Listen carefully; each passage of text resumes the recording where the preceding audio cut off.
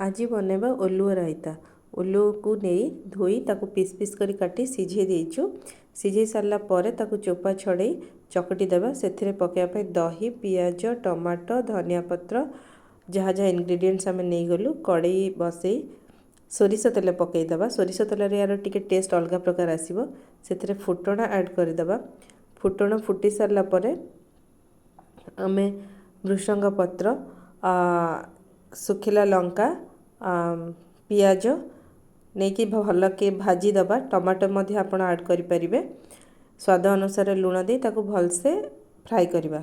थेतरे अल्प सोरिष बटा दे ताकू मसला को सिझिबा पई दे दबा। हळदी टिके देकी चकटा होइतिबा ओलुओ को आमे तादरे भल कि मिक्स कर दबा। मिक्स कर सारा पर आपण लेंबू मध्य दे परिबे। मु एठी दही देइची। दही देकी ताकू घांटी देबे एवं प्रस्तुत हो गला मोर ओलुओ रायता। आपण मध्य खांतु घरे बनांतु।